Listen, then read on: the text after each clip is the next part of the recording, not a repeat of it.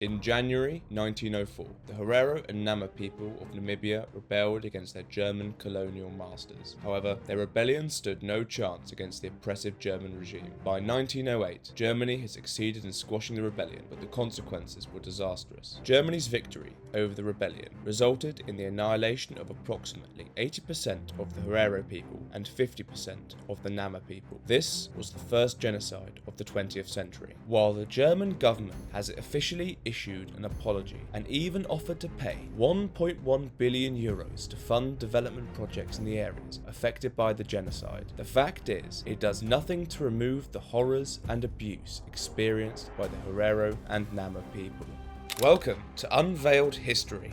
In 1884, Germany formally colonized Southwest Africa, a region now known as Namibia. Prior to the colonization, several native tribes lived freely in the area, including the Herero, the Nama, the Damara, the San, and the Ovambo. Under German colonial rule, the colonial authorities envisioned a predominantly white, new African Germany, where the native tribes would be placed in reservations and their lands distributed among the German settlers and colonizers. So, it was part of Germany's colonial policy to seize land and cattle from the native Herero and Nama peoples and to subjugate them as slave laborers. This brewed resentment among the native population over their loss of status and property, as well as a dismantling of traditional political hierarchies. By 1903, tensions had begun to rise between the native tribe and the colonizers. In the same year, some members of the Nama tribe rose in revolt against the Germans under the leadership of Hendrik Witbooi. However, it wasn't until January 1904 that the Herero tribe joined the revolt,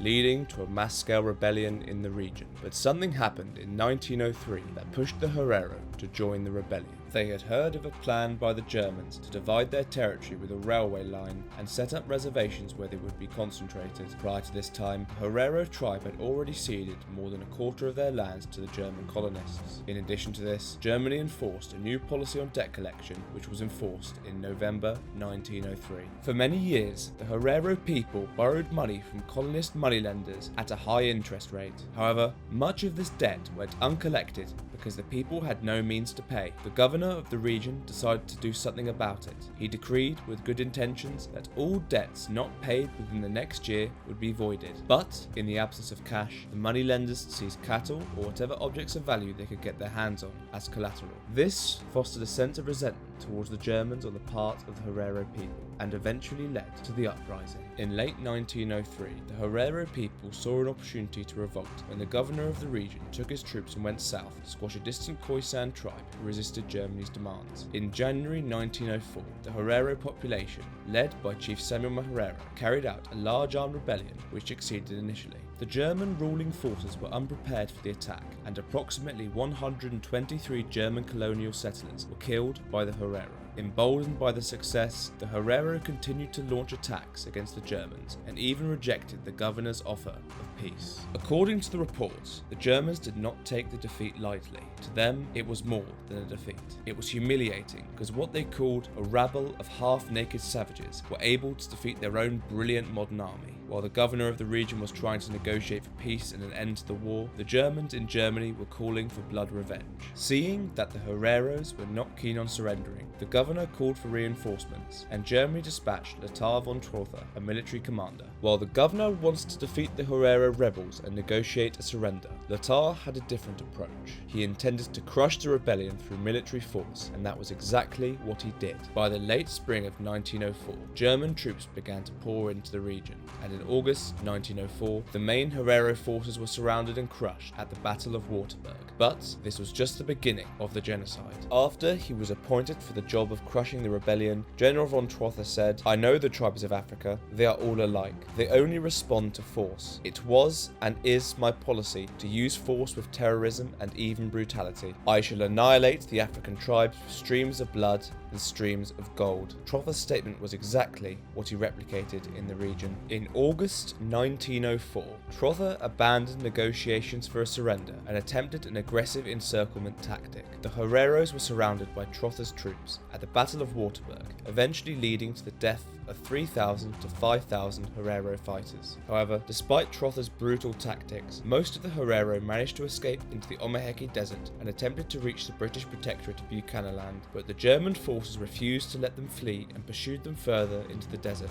This was after they killed the Hereros, who were wounded after the battle. Under Trotha's command, the German forces pursued thousands of Herero men, women, and children who were attempting to cross the desert, but as the exhausted Herero dropped to the ground, unable to continue running, German soldiers who were behind them killed them, including women and children. Thousands of Herero died from being shot to death by the Germans. Others died from drinking water from wells poisoned by the Germans, and some others died from thirst and starvation in the desert. Of all the thousands of Hereros who fled into the desert, only about 1,000 managed to reach Buchananland, modern-day Botswana, where they were granted asylum by the British authorities. To prevent them from returning, Trotha ordered the desert to be sealed off. In 1904, General Trotha escalated the violence against the Herero with a warning. He said every Herero, with or without rifles, with or without cattle, will be shot. He also warned that he would no longer take in women or children, but drive them back to their people or have them shot. This simply meant that the captured Herero males were to be executed, while women and children were to be driven into the desert, where their death from starvation and thirst was to be certain. According to Trotha, there was no need to make exceptions for Herero women and children, because they would infect German troops with their disease. However, in November 1904, the German government in Berlin rescinded Trotha's execution order and commanded that the surviving members be incarcerated in concentration camps. By this time, thousands of Hereros had already been killed. By the end of 1904, survivors of the massacre, who were most notably women and children, were placed into concentration camps. Notable among them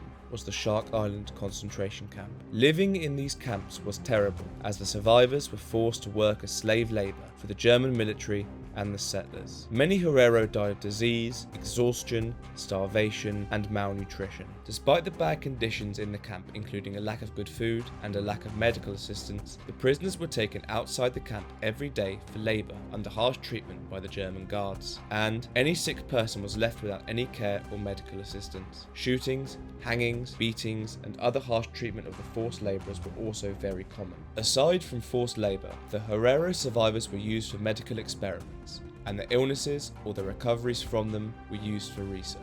Dr. Bofinger, a German doctor, was known to conduct experiments on live prisoners. He injected Herero who were suffering from scurvy with various substances, including arsenic and opium, and afterward he researched the effects of these substances via autopsy. By the time the conflict ended on March 31st, 1907, the population of the Herero people had dropped from about 80,000 to 16,000, and the Nama went from 20,000 to 10,000. Following the closure of the concentration camp, all surviving Herero were distributed as labourers for settlers in the German colony, and from that time on, all Herero over the age of 7 were forced to wear a metal disc with their labour registration number. They were also banned from owning land or cattle, a necessity for a pastoral society. Throughout this time, the annihilation of the Herero and Nama people was not considered genocide. It wasn't until 8 decades later that the UN determined that the atrocities constituted as an attempt to exterminate the Herero and Nama people